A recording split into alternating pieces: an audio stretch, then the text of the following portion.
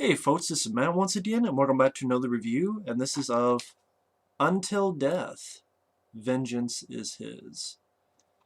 Now, I don't know if I'd say Van Damme at his best, but I will say I do like the film, and I thought Van Damme gave a pretty damn good performance. Definitely the highlight of the movie is Van Damme's performance, and that's why I can see the film, and it has some good practical effects, practical blood squibs. And overall, I would say this is one of his better direct-to-video films. Again, when I compare it to stuff like Steven Seagal's direct-to-video films, they pale in comparison to some of Van Damme's stuff like this. And like this, which will probably, even though this was done before this, I'll talk about this next. Because I had seen that film more than this, so I wanted to give this film another look.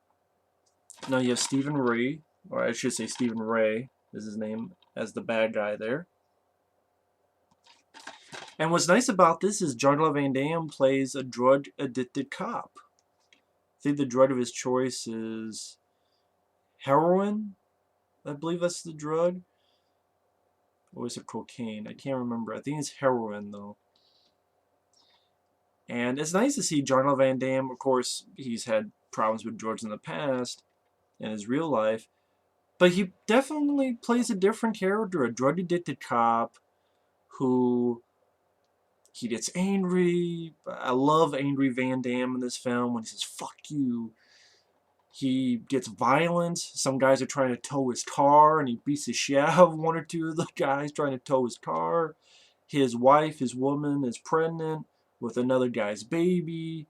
So Van Damme's on the outs with her. And that's because Van Damme hasn't paid attention to her. He's, again, a drug-addicted cop who fucks hookers. Different kind of Van Damme, which is nice to see. Again, I'll say this when I talk about this movie. When people say Jean-Claude Van Damme cannot act, then, or they call him a shitty actor, then they did not see this film. They did not see Wake of Death. There's a few other films I could mention that they did not see. Because Van Damme can act. Directed by Simon Fellows. I think he did Second in Command with Jean-Claude Van Damme after this film. And I believe this film came out in 2007. Now, the way the film starts off, there's a sting operation where you have this agent undercover. Van Damme thinks something's wrong. We find out later on in the film that he was right. I like the fact he gets a shotgun some fuckers. Good practical squib effects.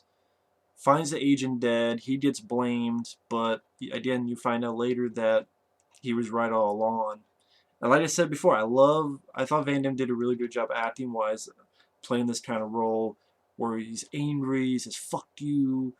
This guy's asking him to dump some evidence, and Van Damme tells on him to his boss. And then the guy loses his pension and is pissed off at Van Damme for that.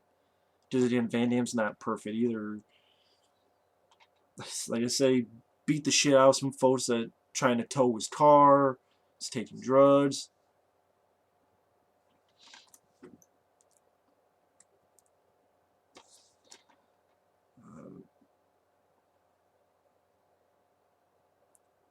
Trying to think. I want to. There's a one point where I believe he puts a gun in someone's mouth and says, nod your head if you want to live. When he goes to see this guy, I mean, he's not fucking around. This guy who has some information just puts a gun right in his mouth. It's like, hey, you do know there's a gun in your mouth, right? Nod your head if you want to live. Shoots the guy in the shoulder. Some guys grab him and put him on this weight, duct taping him. Maybe don't put the weights on him or something, but his new partner comes in and saves his ass. He's all, yeah, he gets beat up, he's fucking up innocent people trying to do their job, tow truck. His woman is cheating on him, he's a drug-addicted guy, and she's pregnant with someone else's kid. He's all fucked up. And goes to see... he fucks a hooker. It leads up to, looks at this girl at this diner, goes to see her, and it's an ambush. And once again, Simon Fellows is not the best action director, I will say. There are much better action directors. Hell, there's better action directors that Van Damme has worked with. I would say Sheldon Lettich is a better action director, and Roland Emmerich, and John Woo, Peter Hyams. But what's nice is that you do get some good practical blood squibs. Van Damme, once again, has a shotgun, fucks him up with it, but then he gets ambushed, even more so. Stephen Ray talks to him, and Van Damme gets shot in the head. Nice practical blood squib. And you think, oh shit, this guy's fucked. And what's nice is that before he got shot in the head, this other asshole, he cuffed the guy's hand to, I believe, the car. So when the cops are coming, the guy can't get out, so he has to shoot his own hand off. Nice little bloody effect. And then we get to the part of the film that I think could have handled a bit better. And that's when he's in the coma. He's in the coma. They put him in his wife's house because they need someone to watch over him. And at this point, she's still technically his wife. He wakes up. He mentions Earth Angel. Because before, his wife had asked him, hey, what was the song that was playing when we first met? And he didn't remember. But right then, when he wakes up, it's one of the first things he says. And that sort of gets her heart going for her husband again. You do get some weird editing techniques that I did not care for by Simon Fellows. For example, when Van Damme, the doctors are looking over him. Yeah, the doctor's looking like this over him. And they're talking, but it's not their voice. One guy is voicing what his wife had said, another guy's voicing what another person had said. And I'm watching this, I'm going, this is just really weird and strange. Why go with this editing technique? Or not even editing technique. It just seemed pretty goofy. Also, there's another scene where Stephen Ray's talking. When he gets done talking on this bench, he disappears. Literally, he fades out. Like, gotta stop saying like. It's one of those habits. Imagine me talking, and then I fade out, and then there's nothing there. That's kind of weird, kind of strange. So you have some weird editing techniques, and when I said, that's not the only reason why I think this part could have been worked a bit better. Van Damme gets out of the coma, and you have a little bit of stuff going on. There's a guy who tries to kill him, and Van Damme gets something and smashes the guy in the head. Throughout this little montage of Stephen Ray and his cohorts killing these people left and right, you see newspapers that his character, Callahan, or he's killing off his competition, his other bad guys. But I think they could have done more with Van Damme's rehabilitation. I'm not saying it had to be regarding Henry, but maybe a little bit of that. Maybe a little bit more Van Damme rehabilitating, because you have this woman who is put there to help him, and then at the last scene of the film, you find out that she's a cop, and she's going to be Van Damme's new partner. Not the last third act, the last scene in the film, pretty much. So I'm thinking, you could have used that girl more, have Van Damme rehabilitate and learn how to talk again, learn how to walk again, a little bit more into his recovery, like a little bit more. You could have another montage of him recovering as well, him maybe working his muscles up, working his legs up, some more conversations with his wife, because I think you need a little bit more to get to the point where his wife goes, okay, I want to go back to him. I think you need a little bit more of that in the middle of the film. Maybe another 5 minutes or such of just him training again, perhaps, working his arms again, learning more about this and that. I think the rehab part goes by a little too quick. I mean, that portion is more dealing with, oh, here's a little montages of Stephen Ray's cohorts killing these people, newspapers saying that he's still going on about his business. Need a bit more of the rehab part with Van Damme. Again, an RP myself, but it went by a little bit too quick. But after that, I like that, okay, Van Damme now has a little bit of a limp, and he tries to do the right thing. Maybe, like I said with the rehab, a little bit of him pontificating about what he's done in the past, him remembering stuff that he did. Looking at his marks, I would have liked to see where he looked at his marks that he used for his drugs and he felt disgusted about it, or had a certain look like, I can't believe I did that. That's what I'm saying. A little bit more, should have some of that stuff in it. I think it would have worked the drama part a bit better. But I do like the fact that he pays the guy who lost his pension. He writes a check and gives it to him, and he apologizes. He takes flowers to this dead cop, who's the kid that helped him out in the beginning when he was getting duct taped.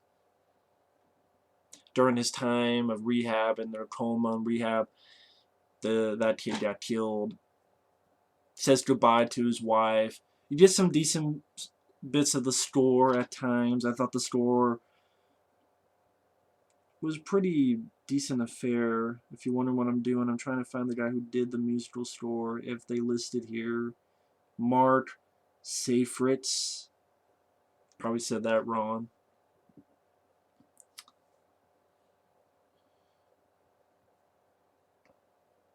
But then, of course, bad guys come into play. This kid that Van Damme knew gets killed. His wife gets taken. Van Damme gets, well, his wife gets taken, I should say, and then Van Damme gets taken. Someone's got a gun on him. I like that Van Damme knocks the fucker out like a bitch. Just boom, boom, knocks him out. Then has a gun on him. And you get pretty decent shootout. They have the guns trained on Van Damme, but then the guy who Van Damme gave the money for his pension for, he's coming to help out. Bit of a shootout. The guy who killed the kid he knew, I like that Van Damme says, Chad forgives you, not me. Nice shot through the head, practical effect, nice bit of gory business. Yeah, when people get shot, nice, good practical squib effects. I do appreciate that. Just a pretty decent body count. And it leads to Stephen Ray dragging Van Damme's wife. Stephen Ray's death is pretty lame. You might as well say it's off camera because you get the idea of Van Damme's shot and you see Stephen Ray's face and he falls to the ground. But the way it was handled, I thought was pretty lame. I thought it would have been nice to see him get shot through the head, like we saw Van Damme earlier in the flick, or just be riddled with bullets and Van Damme just unleashing bullets on him. I just thought the way it was handled, the way it was edited, just Stephen Ray looked at him falling to the ground, thought it was pretty lame. So there are nitpicks I have. The middle section, I thought his rehab should have been a lot longer, should have been a little bit more in depth, should have been a little bit more pontificating, a little bit more of his wife and him talking, get along with each other, him regaining his strength. Also, I think Stephen Ray's death should have been a lot better. It was a pretty lame death, considering he's the main villain of the flick.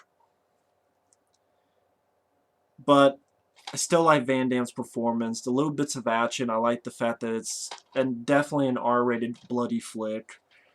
I like bits of the score. Nice bit at the end. Years later, Van Damme's with his wife and the kid, who's now born.